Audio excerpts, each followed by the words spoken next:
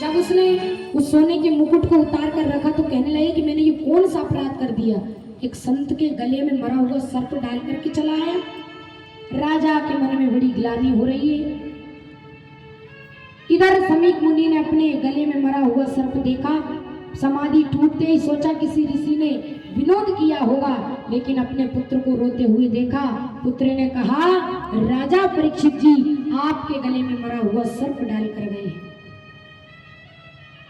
और मैंने उनको दंड दे दिया है कि आज के 7वें दिन तक्षक सर्प उनको डस लेंगे। तो उनके पिताजी कह रहे हैं, बेटा आपने ये काम बहुत गलत किया है। क्यों?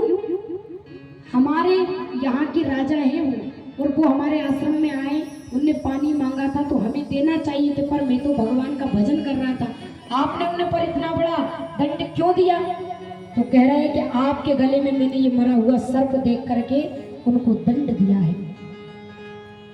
सिंह ऋषि बोले, पिताजी मैंने उन्हें दंड दे दिया है कि आज के बाद परीक्षित जीवन में दोबारा ऐसा गलत काम नहीं करेंगे। समीक ऋषि कहने लगे, बेटा तुमने बहुत गलत किया है, अकाल मृत्यु हो जाएगी उनकी। बोलो सियावर रामचंद्र भगवान की। राजा परीक्षित अपनी पत्नी के पास आकर बैठे और बोले, देवी आज मैं तुम्हें दुनिया का सबसे बड़ा आश्चर्य सुनाऊंगा। वो आश्चर्य क्या है, ध्यान दीजिए। परीक्षित महाराज कहते हैं, मैं आज आपको दुनिया का वो आश्चर्य बताना चाहता हूँ जो आज तक तुमने कभी किसी से नहीं सुना होगा। महारानी बोली, कैसा आश्चर्य?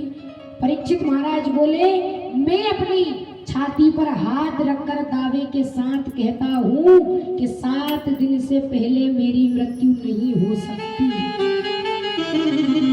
7 दिन से पहले मैं नहीं मर सकता, मेरी मृत्यु नहीं हो सकती। और ऐसा कहना, इससे बड़ा आश्चर्य दुनिया में कोई और नहीं हो सकता।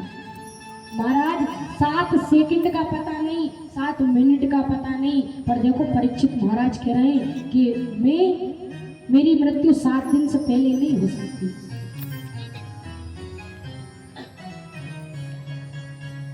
7 सेकंड का हमें पता नहीं है, और हम प्लानिंग करते हैं 3-4 10 दिन आगे की। जब हम कहीं जाते हैं ना, 4-5 जोड़ी कपड़े तो पहले से ही बैग में रख लेते हैं कि 4-5 दिन तो वहाँ रुकेंगे तो पहनेंगे 4-5 जोड़ी। लेकिन देखो परीक्षित महाराज कह रहे हैं कि मैं 7 दिन से पहले नहीं मर सकता।